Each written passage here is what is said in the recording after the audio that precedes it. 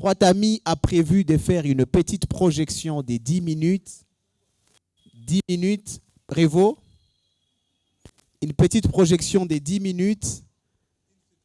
Une surprise que Trois Tamis qui est une des parties prenantes à l'espace culturel Kwetu Art, une surprise que Trois Tamis voulait offrir à celui que nous appelons effectivement le bâtonnier Luango. La modernité et les changements opérés dans les sociétés en mutation ont précipité les salles de cinéma à la fermeture, aux grandes dames des opérateurs culturels actuels et anciens.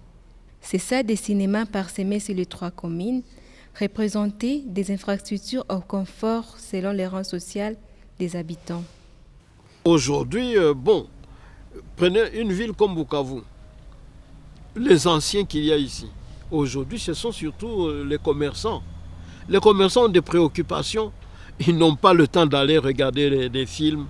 Ils ont des préoccupations. D'ailleurs, notre système leur en ajoute. Alors, ils n'ont pas le temps d'aller regarder un film. Ce genre d'activité ne fonctionnait qu'avec le courant. Il faut qu'il y ait du courant d'une manière permanente. Mais il s'est fait malheureusement que ça commençait un peu à baisser. Et des fois, il y avait des délestages. Bon, évidemment, compte tenu de la situation du pays. Ouais, bien avant là, de 60 à 65, 68, 69, 70, 71, 72, 75, tout marchait très bien.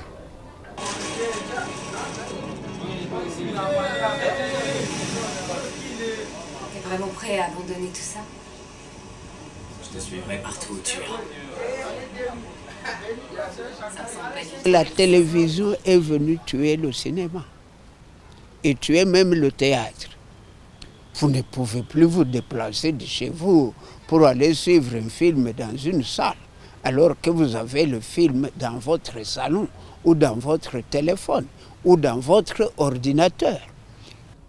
La culture cinéma a disparu. Toutes ces salles étaient conçues sur le modèle du cinéma ancien. Aujourd'hui, les gens, les anciens qui sont encore en vie, souvent ils sont assez misérables pour ne plus aller se payer des salles de cinéma, etc. C'est une tendance que nous avions déjà. Tous les films que j'ai passés, ça passe maintenant aux télé. Alors, il n'y a pas moyen.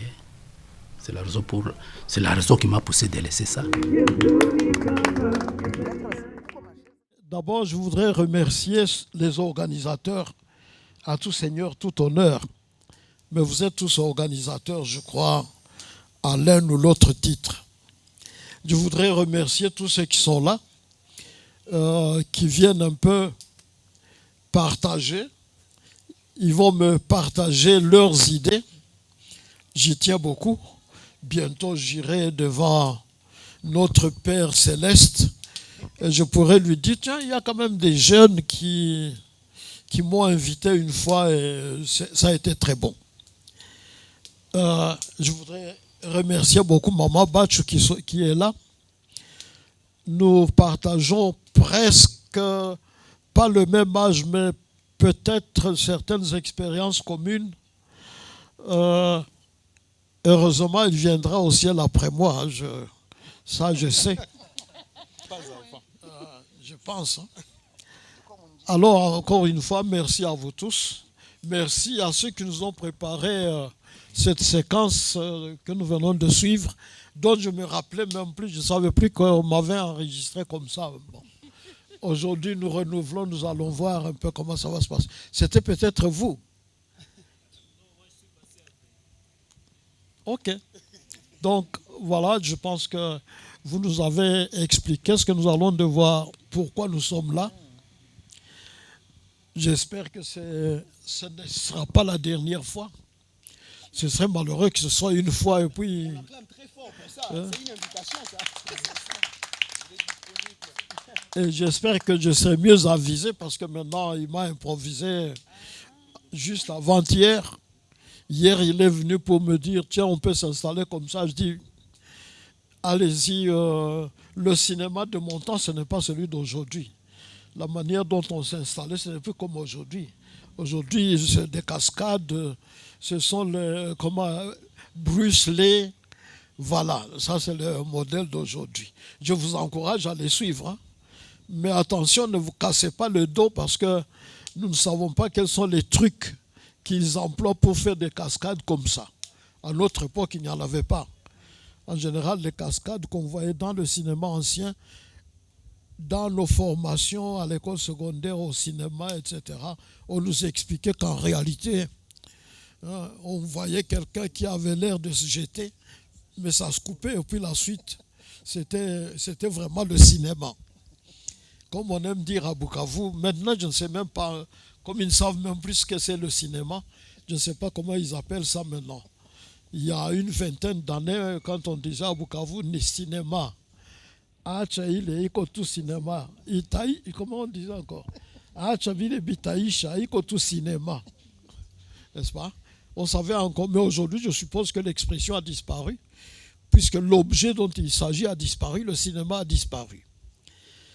Profitez de ce que vous pouvez voir sur les écrans, mais la difficulté, c'est que maintenant, c'est à 24 heures sur 24, on vous parle de Bruce Lee qui saute, qui tombe, il tombe, il meurt, on voit le sang qui coule, et puis quelques minutes après, on vous le montre, il est tout jeune, il est tout costaud. Alors, on doit faire attention aussi, parce que les jeunes, les enfants, risquent de croire que c'est vrai. On a eu des époques où des enfants ont essayé de faire la même chose et se sont cassés le dos, les jambes et tout ça. Ça existe. Le cinéma d'aujourd'hui est comme cela. Dans le temps, c'est vrai, il y avait un problème de moralité peut-être. Et la moralité était très exigeante. Les parents, avant d'aller au cinéma avec les enfants, vérifiaient d'abord de quoi il s'agit. Et quand ils voyaient qu'il y avait un danger pour les enfants, ils n'emmenaient pas les enfants. Personnellement, j'aime la musique, j'ai un peu fait les instruments. Et j'ai dit, je crois qu'ils ont une technique. Je viens de trouver Franco sur YouTube. Et quand je l'écoute, je me dis, il y a une technique chez Franco. Parce qu'il a parcouru un demi-siècle. Mais quand vous êtes attentif, vous savez comment il faut écouter la musique. Vous retrouvez toujours Franco.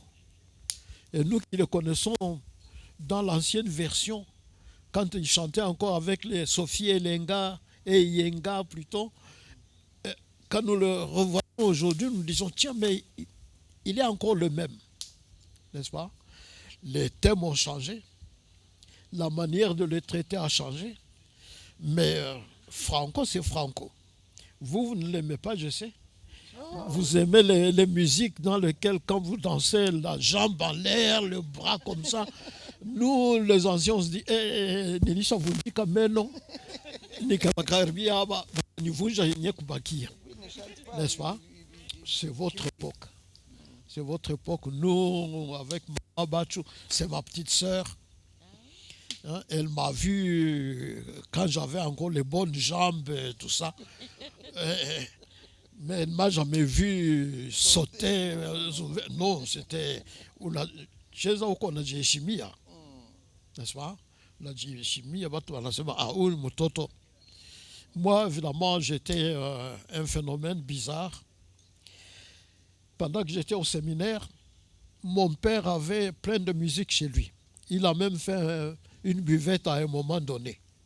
Ça ne lui a pas porté bonheur parce qu'il a eu des ennuis avec les prêtres qui ont dit, mais mwalimu wetu comment anakuwa hivi haiwezekani mumrudishe kwa masomo. N'est-ce pas? Ça lui a porté bonheur puisqu'il a pu reprendre le travail. N'est-ce pas? Mais nous, on dansait en se respectant beaucoup. Maintenant, vous êtes plus jeune, vous êtes plus vigoureux, vous avez énormément d'énergie à évacuer.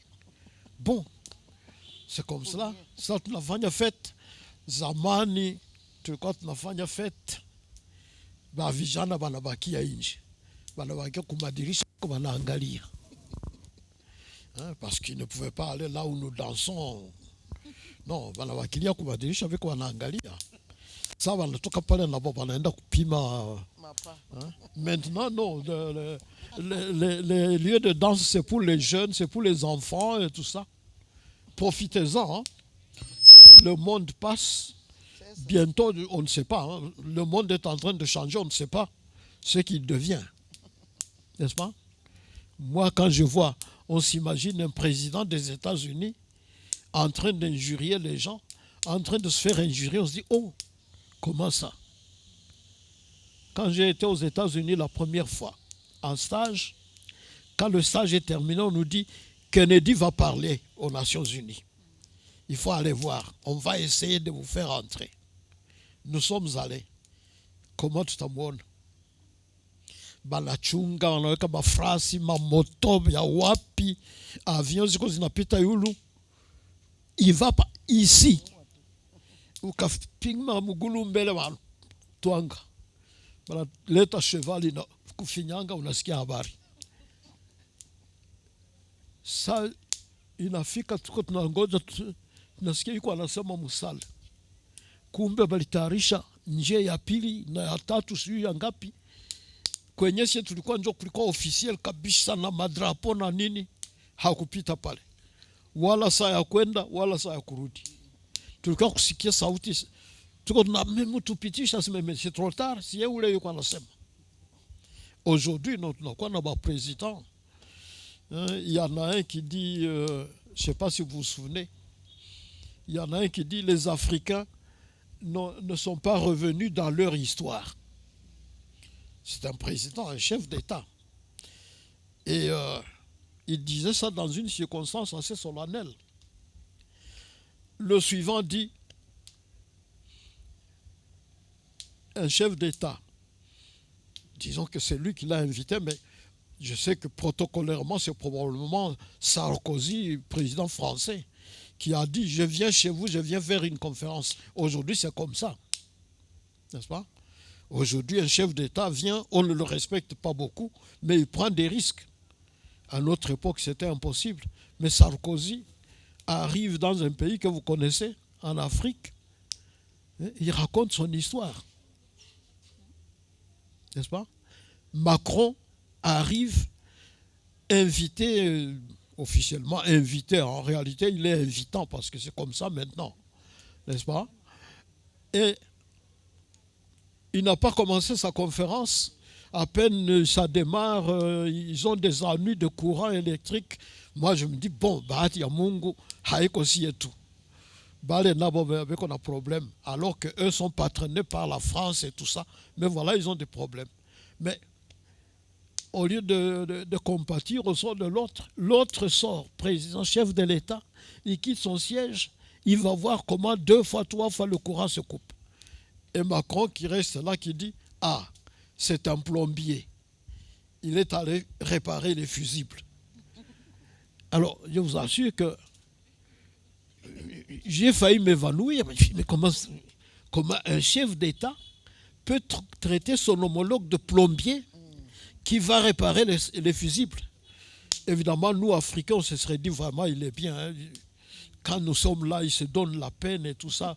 Nous aurions trouvé que c'est formidable. Non, c'est un plombier, il va réparer les fusibles. Les temps ont changé.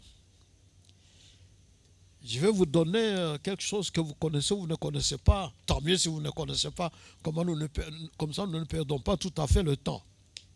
De Gaulle va au Canada.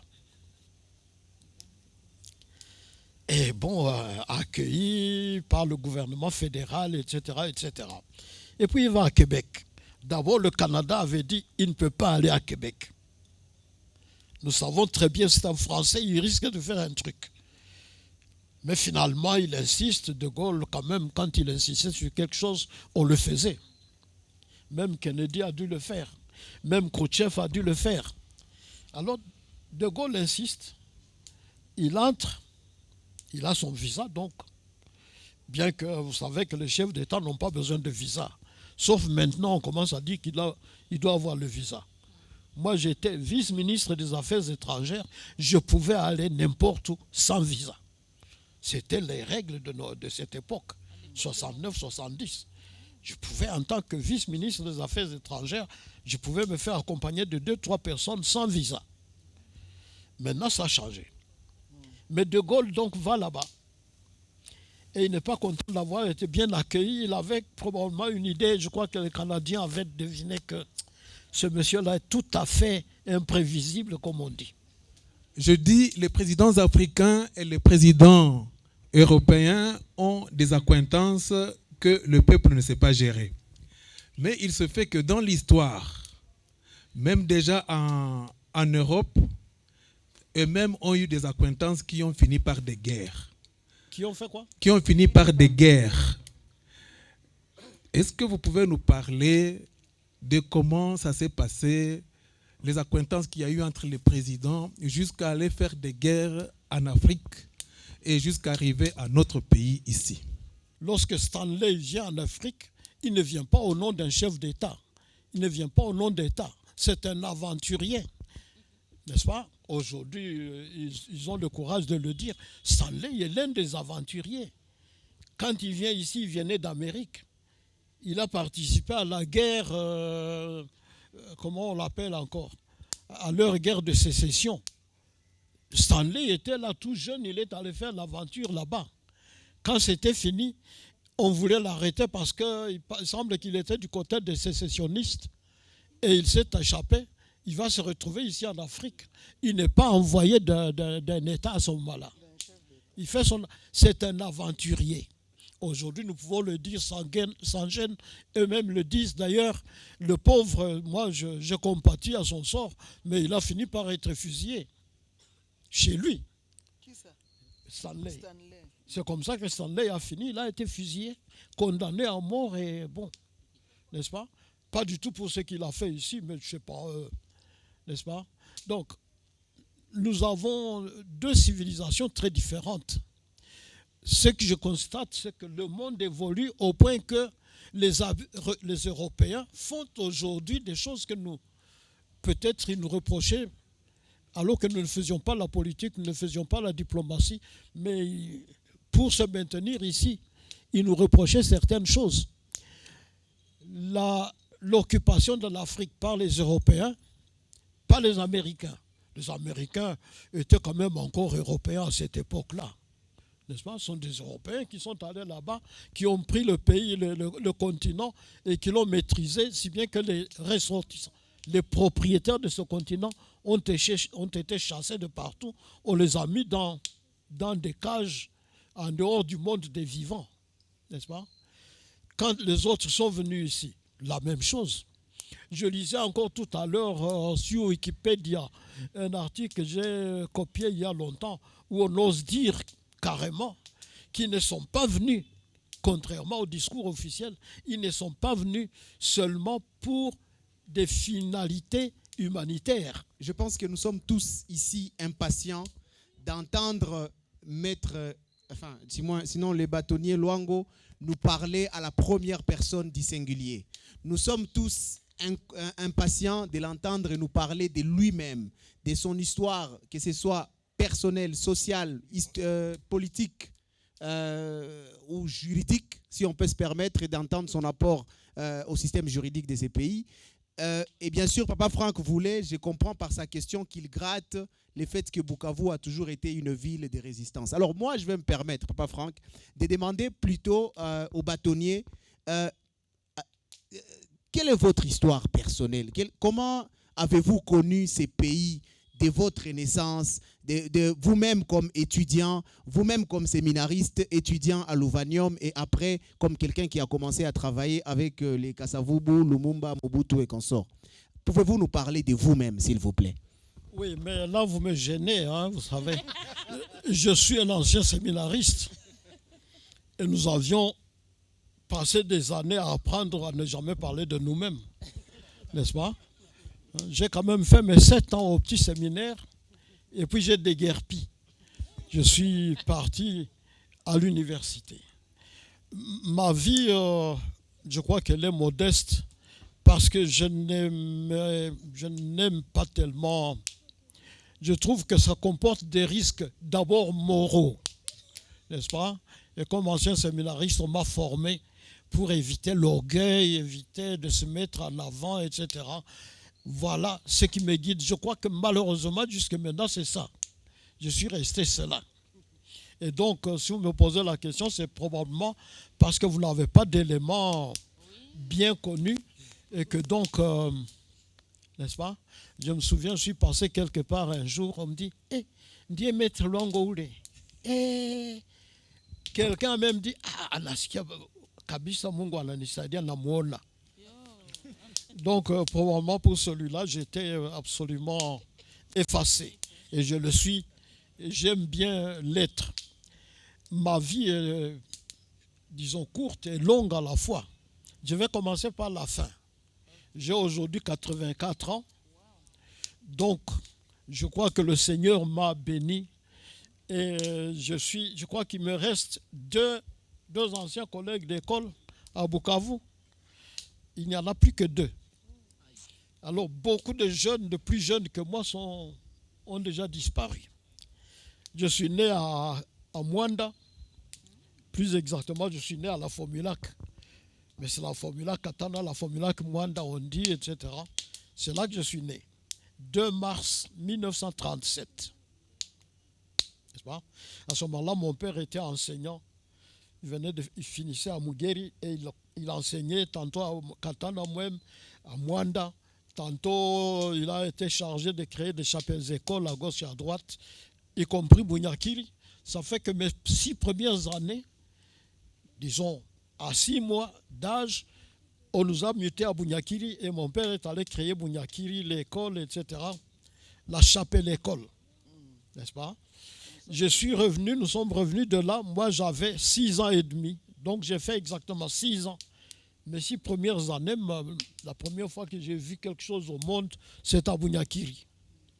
Et je garde de Bunyakiri, évidemment, un très bon souvenir. Un peu de frayeur quand même. Parce que quand on allait à Bunyakiri, quand j'ai commencé à voir, je me rendais compte qu'on traversait une forêt terrible. Il nous est arrivé de devoir passer la nuit dans la forêt. Alors on fait le feu pour effrayer les animaux, etc. Sauf les serpents qui malheureusement, dès qu'il fait un peu chaud, préfèrent aller s'échauffer et au lieu de le chasser, le feu l'attire. Mais les léopards et les autres, ils peuvent vous encercler, mais quand ils voient le feu, ils n'entrent pas. Et ça, c'est une expérience que j'ai vécue encore enfant. Pourquoi on a quitté la maison, on vient passer la nuit dans la forêt, il pleut, etc. Donc, c'est ça ma première enfance. Arrivé à Mwanda à l'âge de 6 ans et demi, j'ai été inscrit dans la gardienne chez les sœurs. Vous connaissez le couvent des sœurs à Mwanda. Eh bien, ils avaient créé une école, une sorte de garderie. Et nous allions là, comme le père travaillait, etc.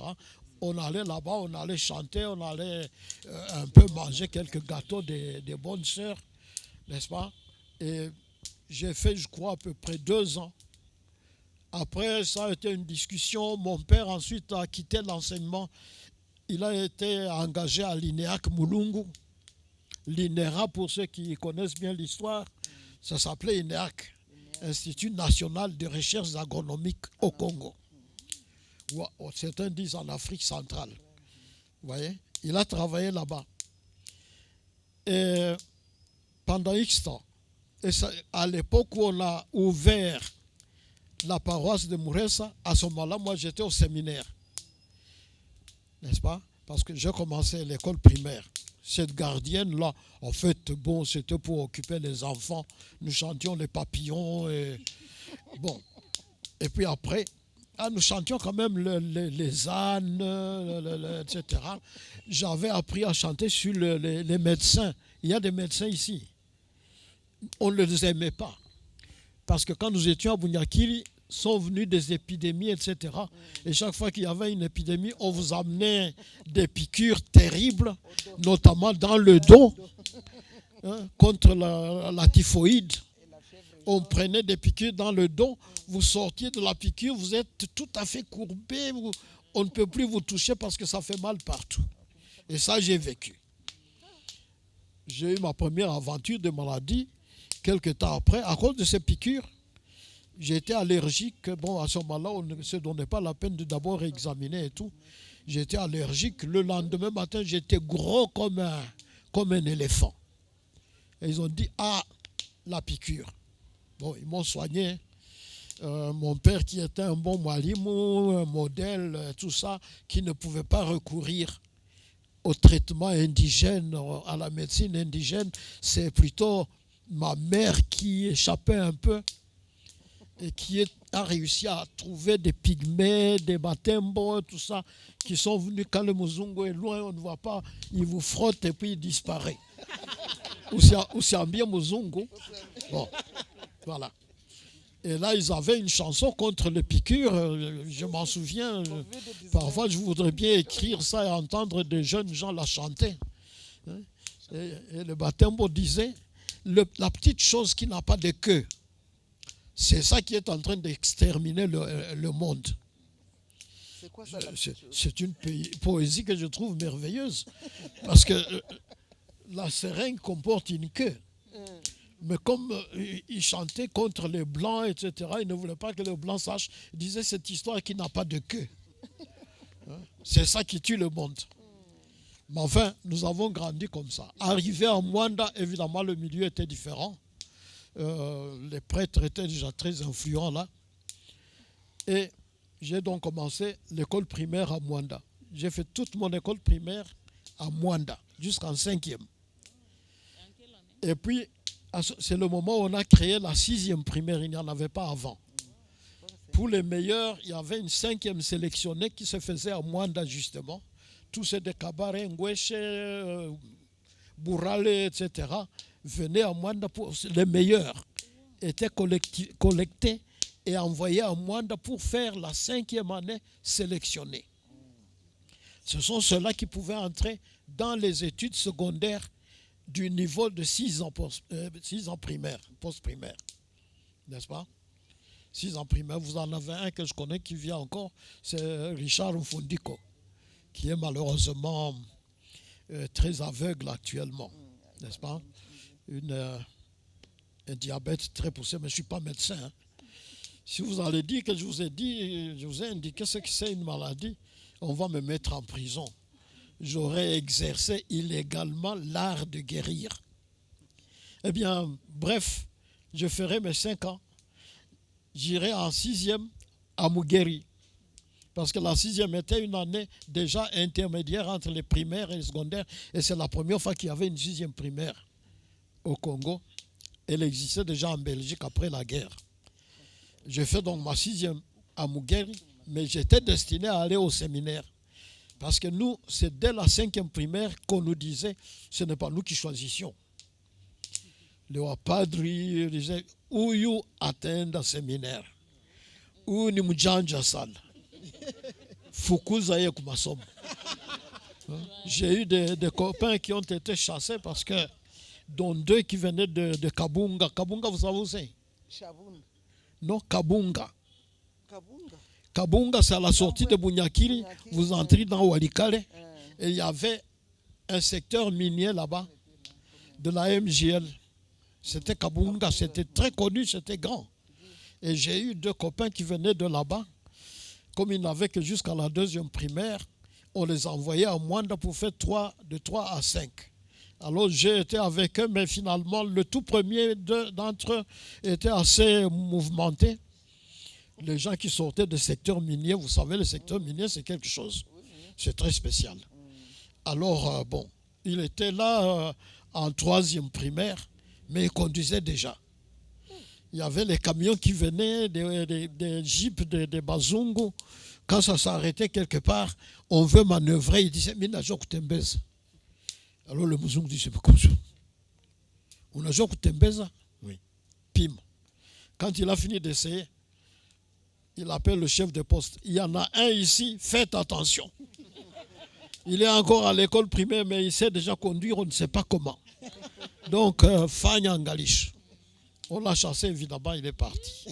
L'autre, nous avons terminé avec lui la 5e primaire, et puis il a disparu aussi. Et nous, on a continué en 6e. Après la 6e primaire, à Mugeri, le séminaire avait été déménagé pour Mungombe. À Mugeri, il restait l'école normale, donc l'école de pédagogie. Et après Mugeri, donc, nous partons à Mungombe, nous faisons la 7e primaire, qui est la 7e préparatoire aux études secondaires. Nous avons commencé là-bas et nous avons fait 5 ans, disons 4 ans, parce qu'il y a eu la réforme scolaire, nous en parlerons peut-être, n'est-ce pas? Alors j'ai fait tranquillement mes 5 années à Mungombe, et puis de nouveau le séminaire est revenu. À ce moment-là, l'école normale a quitté Mugeri pour Bobandana. La paroisse de Bobandana, vous connaissez, vers à Minova là-bas. Voilà. En 5e latine, parce que nous allions de la 7e à la 1re.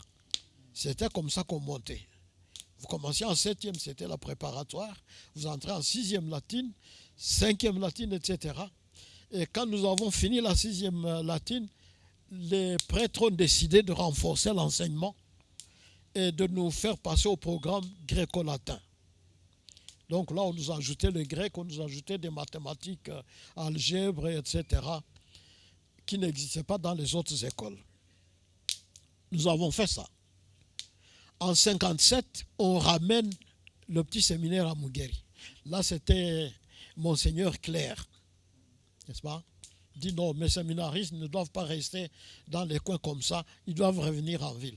Un des problèmes qu'il a eu avec les autres Européens, qui déjà ne voulaient pas le voir parce qu'il avait envoyé Moulago à l'université, à Rome, et les Blancs ici étaient révoltés, un Noir à l'université. C'est pas possible. Cet évêque va nous détruire. Et c'est comme ça qu'ils ont tout fait. Le diocèse de Kasongo était en préparation, c'est vrai, mais on a dû accélérer pour qu'il quitte la ville.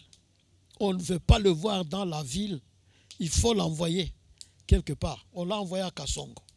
Punition en quelque sorte, parce que Kasongo, c'était un lieu terrible. Vous savez que Kasongo, c'est juste à côté de Nyangwe. Nyangwe qui était le chef-lieu de l'État islamique de Tipo-Type, n'est-ce pas? Et c'était très compliqué. Un prêtre, fut-il évêque catholique, qui va là-bas alors que c'était le royaume des musulmans. Les musulmans au Congo, c'était là-bas. N'est-ce pas? C'était à Nyangwe. Et puis finalement, à Kasongo, ils avaient essayé d'empêcher que même l'administration s'installe. À Kasongo, l'administration a eu tellement d'ennuis avec les musulmans à Kasongo, au point qu'ils ont été obligés d'aller créer Kindu, qui devait devenir le chef-lieu du district. Et c'est un district qui était appelé à devenir province déjà à cette époque-là. On va donc envoyer notre évêque, qui nous aimait bien, là-bas, à titre pénitentiaire en quelque sorte, en espérant que Malali a sommeil et Tamumaliza, à Takufa. Il a envoyé un nègre à l'université, impensable, alors qu'on savait que le nègre, ça n'était pas une personne humaine, il n'avait pas l'intelligence, etc. Comment il peut nous faire ça? Voilà. Nous finissons à Mungombe, nous revenons à Mugeri. Nous tombons évidemment en plein dans la cabale. L'évêque est parti. On a amené un autre évêque. Et bon, Claire était le deuxième. Le troisième, ce sera Monseigneur Van Steen, je crois, quelque chose comme ça. N'est-ce pas? Louis Van Steen. Et à Mugeri, nous avons un problème parce qu'en 1955, aux élections en Belgique, pour la première fois, les catholiques perdent les élections. Le gouvernement belge devient socialiste, ce qu'ils appelaient en Belgique socialistes libéraux. Et les libéraux, en fait, en France, ce sont des francs-maçons. En France, ils ne se cachent pas, la franc-maçonnerie est affichée comme une religion, etc. Tandis qu'en Belgique, non, c'est toujours considéré comme un truc secret, n'est-ce pas? Et ils viennent au pouvoir. Alors nous qui étions chez les Wapadri, arrive le monsieur belge qui devient ministre des colonies. Dès qu'il est désigné ministre des colonies, dans la semaine même, il envoie d'abord une mission de 7 membres de son cabinet Allez au Congo, voyez ce qui se passe. Wapadiri, ni wa mwizi, ni wafanya zambi, tutawafukuza. 6 mois plus tard, lui-même arrive. Et voilà, c'était parti. Et il arrive, il dit, partout le prêtre enseigne, c'est 0. Je ne reconnaîtrai jamais les diplômes délivrés par une école de prêtres. Ouais. Et nous, évidemment, nous étions au séminaire, nous étions tout à fait dans l'œil du cyclone. Bouisseret arrive, il dit, tout ce qui vient des écoles, des prêtres, c'est 0. Ces diplômes, je ne les reconnaîtrai jamais. Et ceux qui les ont déjà, je ne les reconnais pas. N'est-ce pas? Alors, on a commencé à chasser des enseignants. Mais les prêtres ont dit, nous persévérons. Ils étaient soutenus par Rome et tout ça. Voilà une expérience que nous avons vécue. C'est, disons, la première fois que nous voyons que des blancs peuvent se chamailler. Parce que là, on nous prêche à l'église, wanakata masakramenta, mwenye atasikia ule mzungu, basi. Kama unaona anakaribia kanisa, fukuza ye, piga ye. Padri kwa nasema bapige batu. Aha. Voilà. Alors nous avons fait Mugeri. Quand nous avons terminé, nous sortons de là avec un diplôme que nous donne le séminaire, mais qui n'est pas reconnu. Moi, à ce moment-là, je quitte le séminaire et c'était en 59. En 59, j'ai fini ma rhétorique au séminaire et je suis allé, j'ai demandé à passer. Il y avait un jury à Léopoldville. Il y avait le jury central à Léopoldville, mais on commençait par un jury provincial. Comme j'avais un papier non reconnu, je ne pouvais m'engager que peut-être dans les plantations. Mais ailleurs, non. Et comme nous tous, nous rêvions de travailler à l'État, éventuellement à la banque, parce que les banquiers étaient bien habillés. Les agents de banque, ils portaient toujours un pantalon noir, une chemise blanche impeccable, une cravate noire, souliers noirs, chaussettes blanches, etc. Au Kavala, vous n'êtes pas digne d'une banque. Je relève ça. Allez-y, mais on pense que vous perdez votre temps. Vous n'allez certainement pas réussir. N'est-ce pas? C'est important parce que ça nous a aidés. Nous avons étudié déjà à ce moment-là, pendant qu'on disait ça ne sert à rien. Ils ne connaîtront rien. Nous sommes allés à l'université. Moi, j'ai réussi le jury de juin. J'ai eu mon diplôme du diplôme d'études secondaires congolaises, qui était déjà inférieur au niveau des Belges. Il fallait un diplôme métropolitain pour être à ce niveau-là. J'ai réussi en juin, je reviens, j'attends le billet pour aller à l'université. J'avais pris l'inscription en préparatoire à Lovaneum. J'arrive ici, jusqu'en octobre, pas de billet. Pourtant, j'avais le papier d'inscription. Et j'attends. Et puis en octobre, on dit, je viens demander à la direction provinciale si ils ont des nouvelles, si je peux aller. Et me disent, ah ben on ne sait pas. Votre diplôme là, que vous avez eu au jury, est-ce qu'il a été annulé ou quoi, on ne sait pas. Léopoldville vient de nous envoyer un message qui est arrivé mercredi. On nous a dit que l'avion de samedi qui viendra quand même va apporter une enveloppe avec les précisions sur ce jury. Mais nous pensons qu'on a annulé le précédent. Alors, si vous voulez vous présenter, essayez. Si vous ne voulez pas, bon. Je dis non, je vais essayer. C'était un samedi. Je remonte à midi. Je vais chercher ma malle avec plein de livres de prêtres en me laissant partir du séminaire. On m'avait donné une dotation de livres des 2 dernières années des humanités. Je passe la nuit de samedi, la nuit de dimanche, la journée de dimanche en train de bûcher. Le lundi, je vais, c'était à l'Athénée. On me dit, ah monsieur, nous avons une précision. Ah bon? Votre diplôme du mois de juin est valable. Il n'y a pas de problème. Alors vous avez le choix. Ce que nous faisons maintenant, c'est un jury pour avoir le diplôme métropolitain. Si vous gardez le diplôme du mois de juin, à l'université, vous entrez en préparatoire. Si vous réussissez au jury d'homologation, vous avez donc un diplôme du même niveau que le diplôme belge actuel. Et dans ce cas-là, vous allez à l'université, vous entrez directement en première année, sauf ingénieur, architecte, médecin. Là, vous devez nécessairement faire une préparatoire. Parce que moi, j'ai déjà pris l'inscription.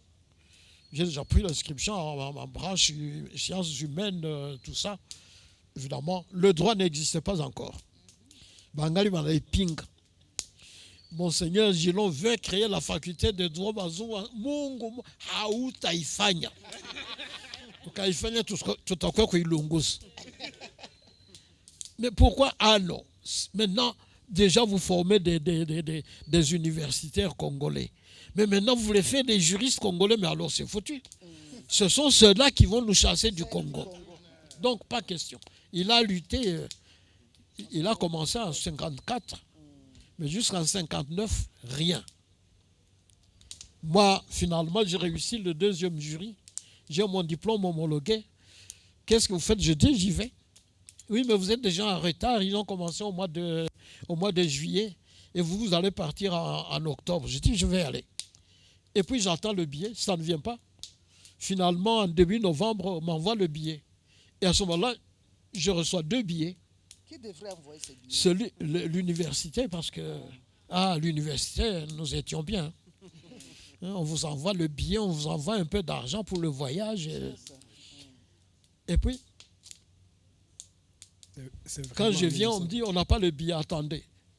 Fin octobre, j'ai le billet. Alors on me dit, mais apparemment, vous avez 2 billets. Je dis, bon, vous partez avec les 2, vous utilisez l'un maintenant. Quand vous arrivez là-bas, allez vite à la direction de l'enseignement pour demander. Bon. J'arrive à Lovanium, le père économe là-bas me dit, ah mais vous êtes un tel, oui.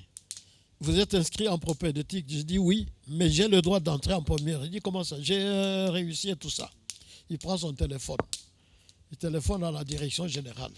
J'ai ici quelqu'un, paraît, nous l'avons même déjà inscrit en préparatoire. Il arrive en retard, mais il nous dit qu'il a maintenant un diplôme métropolitain et qu'il veut entrer en première. Est-ce que c'est vrai, il a le diplôme? On dit oui, oui, il a le diplôme. Bon, ok. Monsieur, demain matin, vous allez en première année. J'y vais. À ce moment-là, nous n'avions pas la faculté de droit. Je m'étais inscrit, un ami, Mamboléo, que vous connaissez peut-être. Mamboléo me dit, mon cher, moi, quand nous avons commencé, j'ai dû m'inscrire en politique, sciences politiques et administratives, parce qu'il n'y avait pas le droit. Mais bon, vous qui avez maintenant, vous pouvez entrer directement en première année, allez-y, mais on n'a pas le droit. Inscrivez-vous, il m'oriente vers anthropologie, sociologie, etc. Bon, je ne savais pas tout ça. Je m'y inscris. J'ai fait ma première année, philosophie et lettres, préparatoire à la licence en anthropologie, sociologie. Je le fais. J'y ai des ennuis. J'ai eu mes premières ennuis à l'université en première année. Le prêtre qui nous donnait le cours de culture africaine, linguistique africaine, phonologie, des trucs comme ça, mais africaine. Un jour, en parlant langue, il cite les langues africaines et il nous dit laquelle nous allons suivre, le Mongo, chez les Mongos, je ne sais pas encore quoi. Il ne cite pas le Swahili. S'il vous plaît, mon père, il dit, vous m'interrompez, vous croyez que vous êtes en secondaire? Monsieur, vous êtes maintenant à l'université. On n'interrompt pas un professeur. Nami natoka séminaire, najua kama ni padiri yetu ya zamani, padiri akiku, hein? Nous avions appris, si un prêtre passe, vous lui déplaisez ou je ne sais pas quoi, s'il secoue sa soutane, basi c'est fini, unakuwa mtoto wa shetani tu, dawa yako hakuna, baite évêque akuye kukuondolea afanye cérémonie kabambi kukuondolea. Moi j'ose discuter avec lui. Il me dit mais monsieur, mais c'est pas possible. Vous croyez à l'école secondaire, est-ce qu'on peut interrompre un professeur? Je dis moi je ne sais pas, je suis fils d'un enseignant. Et il m'a dit que quand on est à l'école, il faut toujours poser les questions, comme ça vous avez des réponses, etc. Votre père est enseignant? Je dis oui. Tu dis bon. Et vous ne savez pas comment on se comporte? Je dis mais. Bon. Tunatoka. Tunaenda. Saa ile Mulago banaisha mutuma ku universite. Angali anajitayarisha kufundisha. Bon, on a fait un table et on va pas dire kule. Et il dit aux autres, mais vraiment, mais ça ne va pas, ces Congolais. Il y a un petit, il vient à peine d'arriver, il commence à me déranger. Il ose me poser une question. Et Moulago était là. Il dit, mais tiens, oui, mais monsieur, c'est un petit de chez vous, là. Ah bon? Mais nous en avons 2 ou 3, pas plus. Il dit, oui, il y en a un qui s'appelle Thomas. Il dit, ah oui, mais Thomas, c'est mon ancien élève. Mais comment un ancien élève des prêtres, il ose me poser une question en disant, mon père. Donc, il sait que je suis prêtre et il ose. Moulago lui dit, mais non, mais voilà, il vous a appelé mon père, donc vraiment, tout ça. Bien éduqué. Et Moulago lui dit, c'est mon ancien élève et tout ça. Il y a 2 jours après, pas dire lancement, vous pouvez revenir. Dès que j'entre, il dit, mais c'est vous là qui dérangez. Je dis, mais je n'ai rien dit, je suis dans mon coin. Il dit, vous voyez, vous êtes orgueilleux. Vous êtes orgueilleux. Et le comble, c'est qu'on vient de me dire que vous êtes un ancien séminariste. Alors là, je peux vous garantir, si vous voulez changer de faculté, parce que tant que je suis ici, je suis le doyen de la faculté, vous ne passerez pas. Inutile d'essayer. Et sortez. Je dis, mais mon père, j'avais une question très simple. Quelle question encore? Je dis, mais vous avez cité les langues africaines. Vous n'avez pas cité le Kiswahili. Je dis, oh là, mais vous êtes un enfant des Arabes, vous. Le Kiswahili n'est pas une langue africaine.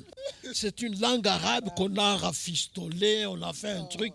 Ce n'est pas une langue à l'université. Vous ne pouvez pas parler du Swahili. Ce n'est pas une langue, elle n'est surtout pas africaine. Sortez et ne revenez jamais. J'ai une préoccupation, en tout cas très personnelle. Je voudrais savoir, puisqu'on n'a pas assez de temps, en tout cas de manière très laconique, quels sont alors les rapports entre l'ancien ministre de Justice que vous étiez et le président Mobutu? Merci beaucoup. J'ai fait le droit, mais pratiquement j'ai toujours travaillé dans les ministères à caractère économique. Sauf à la justice, mais aussi c'est à la justice que je suis resté le moins longtemps. J'ai fait exactement 7 mois au ministère de la Justice à Kinshasa. Et puis on m'a changé. J'avais été vice-ministre des Finances, chargé du portefeuille, nous pourrons savoir pourquoi. J'avais été ensuite vice-ministre des Affaires étrangères, chargé du commerce extérieur. Vous verrez pourquoi. Ensuite, je suis nommé ministre de la Justice. Et peut-être que ça va me porter malheur. Parce que ce que vous ne savez pas, c'est qu'à l'époque de Mobutu, les ministres étaient rangés. Nous avions un numéro. Le ministre de l'Intérieur, le ministre des Affaires étrangères, le ministre des Finances, le ministre de la Justice. J'aurais dû venir 4e. Mais au moment où ils nous nomment, on prenait le numéro d'ordre dans l'ordonnance de nomination. Tout à coup, je suis nommé immédiatement après le ministre des Affaires étrangères. Intérieur, étrangère, justice. Je suis 3e, surprenant. À ce moment-là, je suis encore célibataire d'ailleurs. Bon, mais comme j'étais jeune, car pas très cascadeur, comme je vous ai dit, séminariste, quand même un peu jusqu'au bout, mais quand même une ambition muette, une ambition sourde, n'est-ce pas? Elle ne se montre pas trop, mais elle était là. Et à ma grande surprise, ministre de la Justice, 3e dans le gouvernement. Alors il y en a qui passent derrière moi, qui étaient loin, parce que j'étais vice-ministre. Alors je saute tout le monde, je suis à ce niveau-là. Pourquoi? Je ne sais pas vous dire à la justice, probablement parce que... Mais je vous dirais peut-être une raison, peut-être. C'est que, comment j'ai connu Mobutu? D'abord, je l'ai connu ici, quand j'étais conseiller juridique à l'Assemblée provinciale. J'étais conseiller juridique à l'Assemblée provinciale et en même temps au gouvernement, à partir d'août 1963. J'ai commencé à travailler le 19 août 1963, conseiller juridique de l'Assemblée. En juillet 1965, il y a eu le référendum constitutionnel de la Constitution de Louisbourg, et puis le référendum. Au référendum, je n'avais aucun rôle à jouer, mais on m'a demandé quand même d'un peu suivre. J'étais à peu près le seul juriste congolais, en tout cas j'étais seul ici.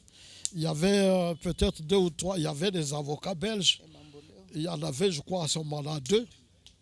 Alors Mamboleo était resté, nous étions, quand nous avions fini à l'Ovanium, tous les 2 la même année, celui qui nous avait précédé était parti travailler à Bujumbura. Il était né au Burundi, il a grandi là-bas et quand il a fini, il est parti là-bas. Il est déjà mort aussi.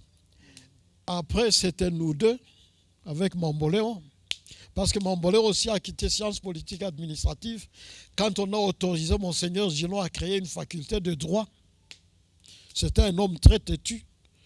Il a dit, ça va aller, mes enfants ne seront pas des révolutionnaires, allez, on y va. Il a commencé en 1959. Mais moi, j'étais déjà en philologie. Mamboleo était aussi philosophie et lettres préparatoires aux sciences politiques. Quand nous finissons la licence le même jour, mais lui est docteur, parce qu'il a fait le doctorat belge de cette époque-là, nous sommes licenciés. Alors on s'entend, comme nous sommes 2 en même temps, un reste à Kinshasa, l'autre va en province. Nous nous sommes partagés, lui est resté à Kinshasa, moi je suis venu ici, n'est-ce pas? On ne se marchait pas sur les pieds à cette époque. Mais vous voyez, il n'y avait que 2 postes à pourvoir, nous les avons pris, nous n'étions que 2. Et il y en avait d'autres. Vous voyez? Et c'est comme ça que je vais travailler ici. Alors à ce moment-là, moi je suis conseiller juridique à l'Assemblée. Et quand Mobutu arrive à son tour, jeune, vous savez, Mobutu avait 30 ou 31 ans à ce moment-là. Fier, tout a fini en gâteau. Bon, il passe ici. On veut le voir, il dit, rien, je ne veux voir aucune autorité de la province. Je ne vois que les soldats. Aucune autorité de la province. Il était arrivé le matin. Il pilotait lui-même son petit avion. Il arrive, il va à l'hôtel résidence, après-midi, aux environs de 11 heures en fait, il dit, bon, je vais là-bas, je vais au front moi-même, vous allez voir, je vais commander moi-même la troupe. On lui dit, bon. À ce moment-là, c'est Boji qui était ministre de l'Intérieur. Il dit, mon général, je vous accompagne. Il dit, pas question. Je ne veux voir personne, sauf les militaires. Yeoule, Nabatuyak, Mujipi à commandement. Banende. Ministre, Malago était gouverneur à ce moment-là. Malago dit, mi bien baba soldat sita ingia. Où est ministre intérieur, wende. Ça va la kwenda. Ça wanaangalia wanaona wanafika sawa 1 kilomita nabo wanaanza kwea. Wanafika Kamanyola. Wanapita Musite. Ça wanafika ku pont, le grand pont là. On les reçoit. Wanaanza kutirer. Au moment où ils s'engageaient sur le pont, mitrailleuses, 2 mitrailleuses tirent. Il est vraiment pris entre les deux. Une balle lui prend la casquette. Pouf, ça saute. Moulamba qui était à côté de lui, mon général, vous allez mourir. Il le prend par la main, il le pousse par terre. Il ne faut pas rester debout. Pousse par terre. Bon. Hey, mais comment est-ce que vous êtes? Allez. Alors les militaires disent, Mobutu dit, je me remets debout. Vous me suivez, mais vous me protégez. Parce que si vous ne me protégez pas, de toute façon, les autres que j'ai laissés à Bukavu vont vous accueillir, vous allez voir. Alors, petit à petit, ils passent le pont. Les militaires se disent, Kufa Kuriumbwa. Si nous allons peut-être mourir. Si nous reculons, nous allons mourir. La garde qu'il a laissée à Kamagnola là-bas a reçu l'ordre. Si nous reculons, on nous tire dessus. Alors finalement, ils prennent leur courage à 2 mains. Ils partent, ils reprennent le pont. Après le pont, Mobutu dit, bon, maintenant les soldats continuent à les pourchasser, poursuivez comme ils sont en train de courir là-bas dans la brousse, continuent à les pourchasser. Moi, je rentre, j'ai compris que ce n'est pas un jeu. Contrairement à ce qu'on nous avait dit, ce n'est pas un jeu. Des gens, 2 mitrailleuses, et ils osent me tirer dessus, ils voyaient bien la casquette. Ils ont concentré le tir sur moi, donc ils voyaient bien. Moulamba lui dit, voilà, je vous avais dit de ne pas venir. Moi, il m'avait pris, Dieu merci, j'ai réussi à échapper. Et vous vous amenez, voilà maintenant ce qui arrive. Job Akaroudi. Mobutu Kufika, Alain Hotel, je ne veux voir personne. Bon, mais c'est pas grave, vous voyez, je les ai eus. Ils ont trouvé ma casquette, regardez ma casquette. La balle a traversé. Donc, il suffisait qu'ils tirent un peu plus bas. Bon. Alors, après, il dit, bon, mais vous étiez avec quelqu'un? Oui, je suis avec le conseiller juridique. Ah oui, bon, faites-le entrer aussi qu'ils viennent me saluer. C'est comme ça que pour la première fois, j'ai salué. Mais Mobutu qui était... Il tremblait parce que, bon, est-ce que c'est de peur? Est-ce que c'est de colère? En tout cas, il était extrêmement nerveux. Joe, première fois, Natumika Naoule Papa.